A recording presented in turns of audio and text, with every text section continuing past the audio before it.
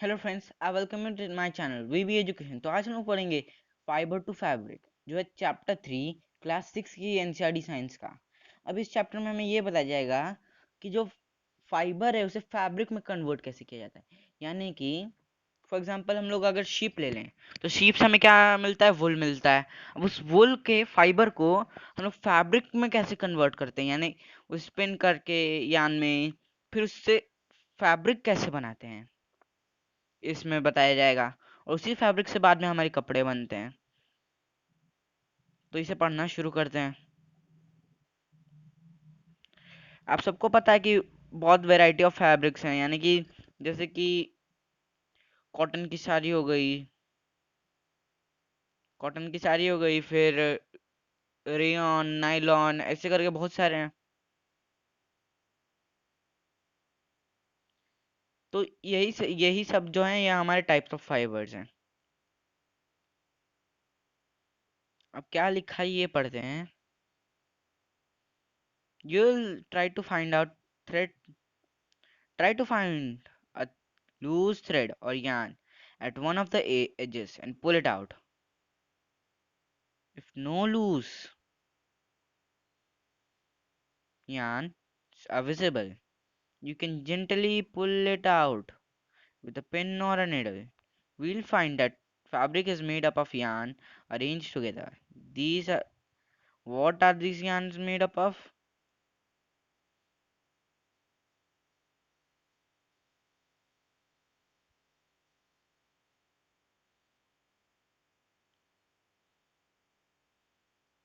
तुमने कई बार देखा होगा, you might have observed something similar when you try to thread a needle.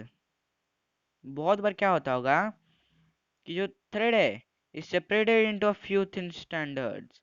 It makes it difficult to pass the thread through the eye of the needle. आपने अगर कहीं कभी भी घर पे सुई धागे से कुछ सिला होगा तो आपने ये ऑब्जर्व किया होगा कि जो एंड होता है, यानी कि ये आप ये आपकी यान है, ठीक। ये ये आपका धागा है, ठीक। ये आपका धागा है। तो इसका जो एंड है ये पास होने में मुश्किल करता है, क्योंकि आप अगर इसे ध्यान से देखेंगे, it is made of many strings.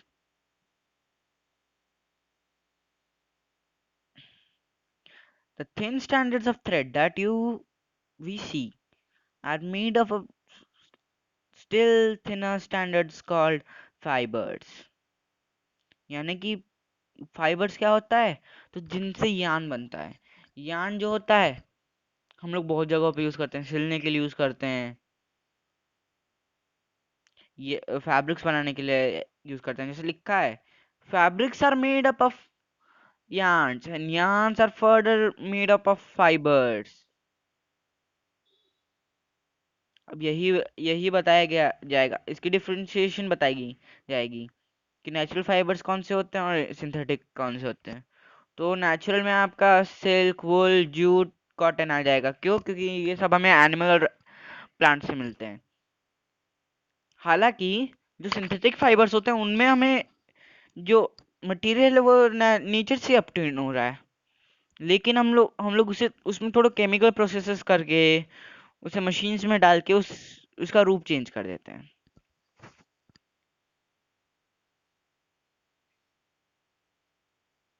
जैसे कि वुल और सिल्क हमें एनिमल से मिल रहा है। वुल जो है हमें शीप और गोट के बालों से मिलता है। रैबिट के हेयर से मिलता है, याक और कैमल से भी मिलता है। सिल्क के जो फाइबर हैं ये कैसे आते हैं, तो ककून होता है सिल्कवॉर्म का, उससे आते हैं। For thousand of years natural fibers were the only ones available for making fibers. In last 100 years or so, fibers are also made up of from chemicals substances which is not obtained from plant or animal sources. These are called synthetic fibers. जैसे polyester हो गया, nylon हो गया, acrylic हो गया। इसके बारे में आगे आपको क्लास 8 के एनसीईआरटी में पढ़ाया जाएगा सिंथेटिक के बारे में। अभी आपकी क्लास 6 में जो है मैं आपको वही पढ़ाऊंगा। तो कॉटन के बारे में पहले बताया गया है। कॉटन वूल किस चीज में यूज यूज होती है? तो फिलिंग करने के लिए। क्या? मैट्रेस, क्विल्ट्स और पिलोस।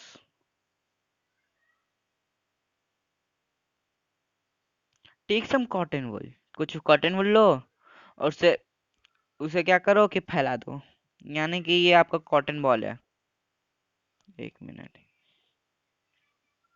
एक मिनट जरा रुकेगा, आपको दिखाता हूँ। ये आपका कॉटन बॉल है। वो इसे क्या करना है कि इसे फैला देना है। फैलने के बाद ये कैसा हो जाएगा? तो ये कुछ ऐसा दिखेगा। ये थोड़ा पतला हो जाएगा। तो अगर ये आप ध्यान से ऑब्जर्व करेंगे तो आपको क्या दिखेगा?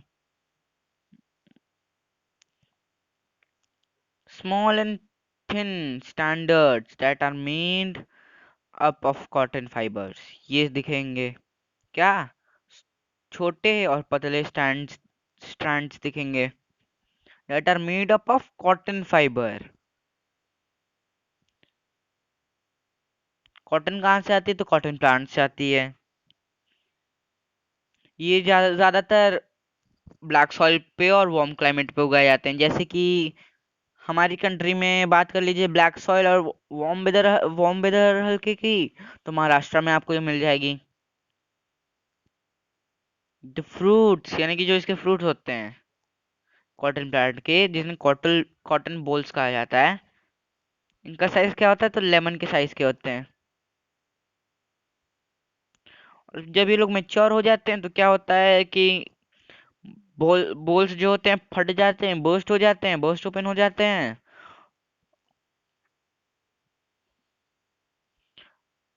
और फिर जो है, अगर आपने देखा होगा, तो क्या होता है कि ये जो है उड़ उड़ के फैलने लगता है आसमान में। कभी आपने उड़ते हुए देखा होगा एक सीड के ऊपर थोड़ा सा कॉटन लगा हुआ।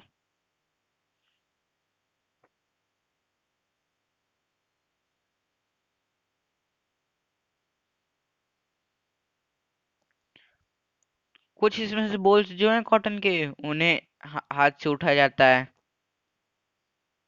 फिर इनमें प्रोसेसेस होते हैं, जैसे कोम्बिंग होता है, जिनिंग हो इसमें इसमें कोम्बिंग होता है, जिसे जिनिंग कहा जाता है। जो जिनिंग है ये प्रोसेस ट्रेडिशनली हैंड से होती है, लेकिन आजकल मशीन आ गई है इसके लिए। जूट फाइबर जो है हमें जूट प्लांट के स्टेम से मिलता है, यानी कि इससे इस वाले रीजन से मिलता है।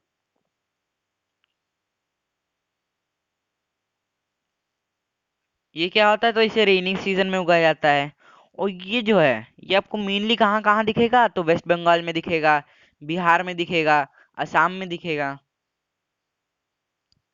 और इसे हार्वेस्ट कब किया जाता है? तो फ्लावरिंग स्टेज, जब ये फ्लावरिंग स्टेज में होता है तब किया जाता है।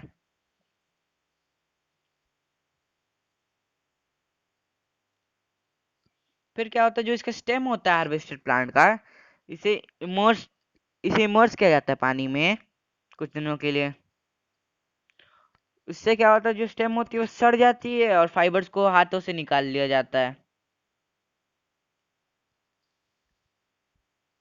इससे क्या होता है? तो इससे फैब्रिक बनाई जाती है और इन फैब्रिक को यार्न में कन्वर्ट किया जाता है। यार्न में कन्वर्ट करने के लिए स्पिन करना पड़ता है हमें। अब कैसे करते हैं तो ये हमें आगे बताया जाएगा।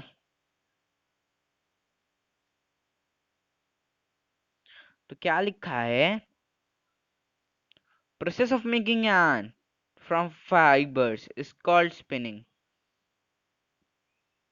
यानी कि जो वो प्रोसेस जिससे हम लोग यार्न बनाते हैं उसे स्पिनिंग कहते हैं। किससे बनाते हैं? तो हम लोग फाइबर से बनाते हैं। इसमें क्या होता है, fibers from mass of cotton wool are drawn out and twisted। यानी क्या किया जाता है, डायग्रामेटिकली समझाता हूँ। ये आपके दो ये आपके दो कॉटन के वो हैं, स्ट्रैंड्स हैं। इन्हें किया जाएगा तो एक दूसरे में मिला दिया जाएगा ऐसे। तो इसे यान कह दिया जाएगा। अंडरस्टैंड?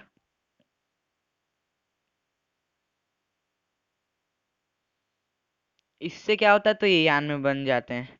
और एक और डिवाइस यूज किया जाता है इसके लिए, स्पिनिंग के लिए डिवाइस यूज किया जाता है, तो उसका नाम क्या है? हैंड सिडल, जिसे तकली भी कहते हैं। क्या कहते हैं? तकली। दूसरा जो है उसे चरखा कहते हैं। आपने देखा होगा कि महात्मा गांधी के आश्रम में ने साबरमती आश्रम में ये है चरखा। इसे जो है महात्मा गांधी ने पॉपुलराइज किया था। कब किया था? तो इंडिपेंडेंस मूवमेंट में। तो उनने क्या कहा था कि इनकरेज पीपल, उनने इनकरेज किया था लोगों को कि वो लोग वैसे ही कपड़े पहने जो घर पे सिले हों, जो घर पे बुने हों, जिनका यान घर पे बना हो।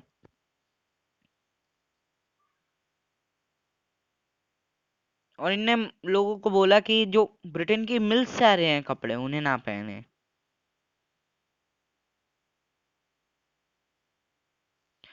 स्पिनिंग को अगर आपको लार्ज स्केल पे करना है तो आपको जरूरत होगी स्पिनिंग मशीन की। या अब यह यान बनाने के बाद इसे फैब्रिक्स में बनाया जाता है। अब यान से फैब्रिक में दो तरीके हैं मेनली। एक होता है वीविंग और एक होता है knitting.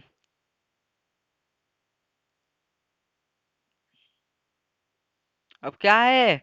The process of arranging two seats sets of yarns together to make a fabric is called weaving.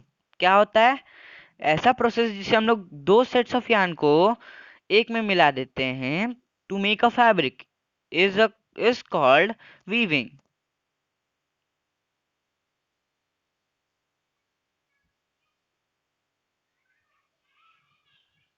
अब दूसरा तरी अब ऊपर एक एक्टिविटी दी गई थी, मैंने उसे कराया नहीं, लेकिन क्योंकि मैं इम्पोर्टेंट पार्ट्स बस पढ़ा रहा हूँ, बाकी जो आपके लिए आपके हिसाब से अनइम्पोर्टेंट है मैं उसे स्किप कर रहा हूँ। निटिंग में क्या होता है कि एक सिंगल यान को यूज करके पीस ऑफ फैब्रिक बनाया जाता है।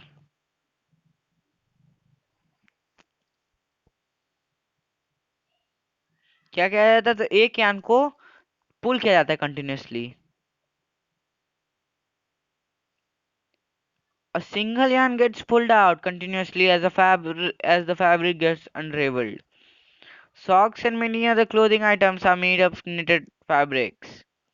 Knitting is done by hand and also on machines.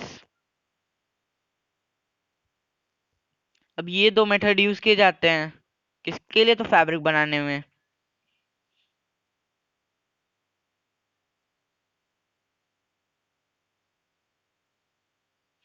अब क्या है तो जो अर्ली टाइम से यानी कि जो अर्ली टाइम से एंशियंट इंडिया में, एंशियंट टाइम्स में पीपल क्या यूज करते थे? तो बार्क यूज करते थे, बिग लीव्स यूज करते थे ट्री के, और एनिमल की स्किन यूज करते थे, और फर उनके। किसके लिए? तो अपने आप को कवर करने के लिए। इसके बाद क्या किया लोगों ने? सेटल करना शुरू किया एग्रीकल्चर कम्युनिटीज में। इससे क्या हुआ कि उन्हें वीव करना आ गया। क्या वीव करना आ गया? तो ट्विग्स वीव करने आ गए, ग्रास माल्ट्स और बास्केट्स वीव करने आ गया। वाइन्स एंड एनिमल फ्लीस, या हेयर उन्हें कह लो, एनिमल के hair, were twisted together into long strands. These were woven into fabrics. The early Indians wore fabrics made up of cotton that grew in the region near the Ganga. जो cotton है, इसके बारे में क्या बताया जा रहा है कि रिवर गंगा के आसपास से उगता था। इसे ही अर्ली अर्ली इंडियन लोग पहनते थे। अब आगे क्या लिखा है पढ़ते हैं। फ्लास्क जो है एक प्लांट है जो नेचुरल फाइबर देता है। एंशियंट इजिप्ट में क्या था? कॉटन और फ्लास्क दोनों कल्टीवेट होते थे। कहाँ? तो नाइल में। और दोनों का यूज किया जाता था फैब्रिक्स बनाने में।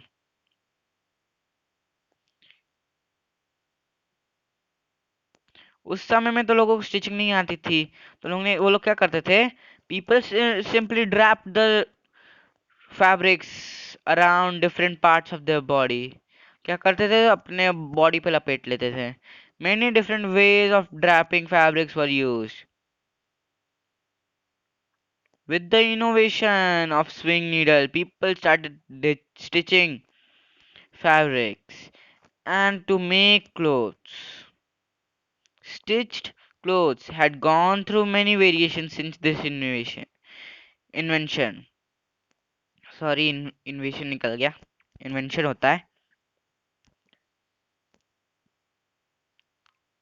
लेकिन आज भी sari, dhoti, lungi, turban unstitch fabric pieces हैं, इन्हें आज भी यूज किया जाता है। जैसे कि हमारी कंट्री में बहुत सारे खाने पीने की चीजें हैं, वैसे ही बहुत सारे पहनने की भी चीजें हैं। तो इसी के साथ आज का हमारा चैप्टर कंक्लूड होता है। Hope you like the session. अगर आपको सही में पसंद आई तो प्लीज इस वीडियो को लाइक करना, हमारे चैनल को सब्सक्राइब करना। मैं आपको मिलता हूँ अगली वीडियो में। Till then bye bye.